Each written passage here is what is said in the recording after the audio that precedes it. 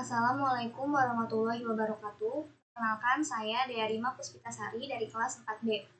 Di sini saya akan menjelaskan mengenai analisis SWOT pada pengelolaan pelabuhan perikanan pantai Tasik Agung. Nah, apa itu analisis SWOT? SWOT merupakan singkatan dari strength atau kekuatan, weakness atau kelemahan, opportunities atau peluang, dan threat atau ancaman. Analisis SWOT digunakan untuk mengidentifikasi berbagai faktor secara sistematis dalam rangka merumuskan strategi pembangunan. Faktor dari SWOT itu ada faktor internal yang terdiri dari kekuatan dan kelemahan, dan faktor eksternal yang terdiri dari peluang dan ancaman. Tahapan dari analisis kasih dua faktor internal dan eksternal, kemudian melakukan penilaian skor dan bobot pada setiap faktor, lalu membuat matriks SWOT, dan yang terakhir yaitu pengambilan keputusan. Nah, analisa dari pengelolaan pelabuhan perikanan pantai Tasik Agung, yaitu pelabuhan perikanan perlu dikelola dengan baik sesuai dengan tugas pokok dan fungsinya. Pengelolaan pelabuhan perikanan itu meliputi pengelolaan aktivitas dan fasilitas yang tersedia. Pengelolaan di PPP Tasik Agung dinilai kurang sinergi karena ada beberapa kendala seperti aktivitas pendaratan ikan, sanitasi dan higienis, tempat pelelangan ikan, serta tidak bisa berfungsinya fasilitas cold storage yang dimiliki. Dengan adanya kendala tersebut, maka harus dirumuskan suatu strategi untuk peningkatan pengelolaan pelabuhan perikanan pantai Tasik Agung guna meningkatkan produksi perikanan tangkap dengan kondisi fasilitas yang dimiliki. Nah, di sini ada potensi PPP Tasik Agung, yaitu ada jumlah produksi ikan yang semakin meningkat dari tahun ke tahun. Lalu ada jumlah kunjungan armada yang mengalami peningkatan setiap tahun, meskipun sempat mengalami penurunan pada tahun 2009 dan 2010. Lalu pengelolaan aktivitas PPP Tasik Agung yaitu meliputi aktivitas pendaratan ikan, aktivitas pengolahan ikan, dan aktivitas pemasaran ikan yang dipasarkan ke daerah setempat atau lokal dan luar kota. Kemudian kondisi dan pengelolaan fasilitas PPP Tasik Agung yaitu ada 3. Yang pertama ada fasilitas pokok, yang kedua ada fasilitas fungsional, dan yang ketiga ada fasilitas penunjang. Lanjut ke analisis SWOT-nya. Yang pertama yaitu mengidentifikasi faktor. Yang pertama ada faktor internal yang terdiri dari kekuatan, yaitu yang pertama ada pemasaran dan distribusi, yang kedua sumber daya manusia, ketiga jumlah armada kapal dan alat tangkap meningkat, keempat pengolahan ikan, dan kelima penyuluhan nelayan. Lalu ada kelemahannya yaitu sedimentasi, mutu ikan kurang bagus, keamanan TPI yang kurang, dan TPI higienis. Kemudian untuk faktor eksternal terdiri dari peluang, yaitu ada masuknya kapal-kapal besar sebagai kawasan metropolitan, dukungan pemerintah, dan permintaan ikan di pasar.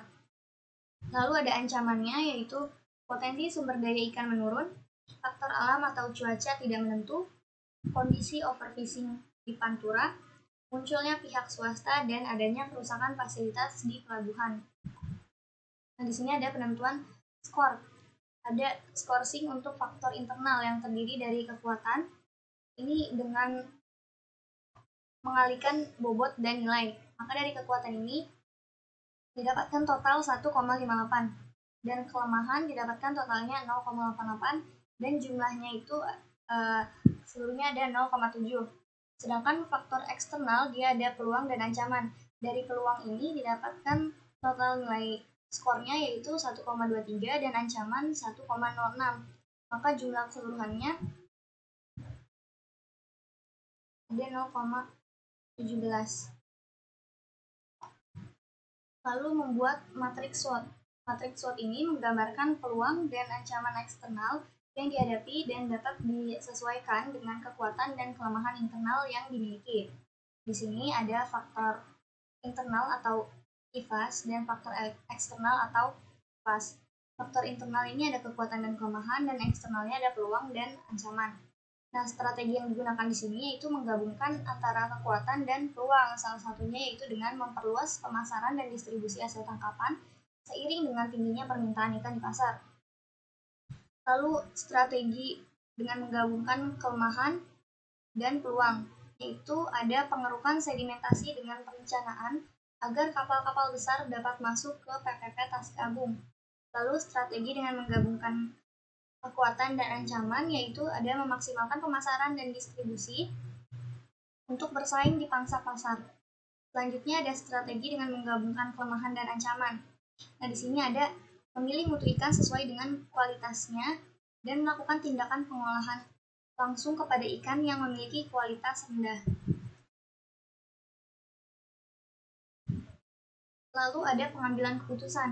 Pengambilan keputusan ini berdasarkan kuadran. Nah, nilai di kuadran ini diambil dari strategi, kekuatan, dan peluang. Maka berdasarkan kuadran ini dapat diketahui bahwa strategi yang dipilih yaitu pada kuadran 1.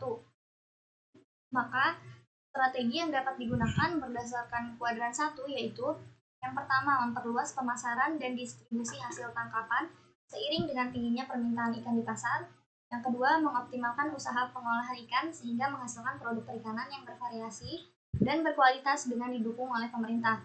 Yang ketiga, memaksimalkan sumber daya manusia untuk menjadikan Kota Rembang sebagai kawasan metropolitan yang menjadi kawasan percontohan. Yang keempat, meningkatkan kegiatan penyuluhan kepada nelayan secara rutin yang didukung oleh peran pemerintah tentang usaha penangkapan, pengolahan, dan pemasaran. Dan yang terakhir, kelima, yaitu memaksimalkan peningkatan jumlah armada dan alat tangkap untuk meningkatkan produksi perikanan tangkap sehingga dapat memenuhi permintaan pasar. Sekian dari saya, terima kasih.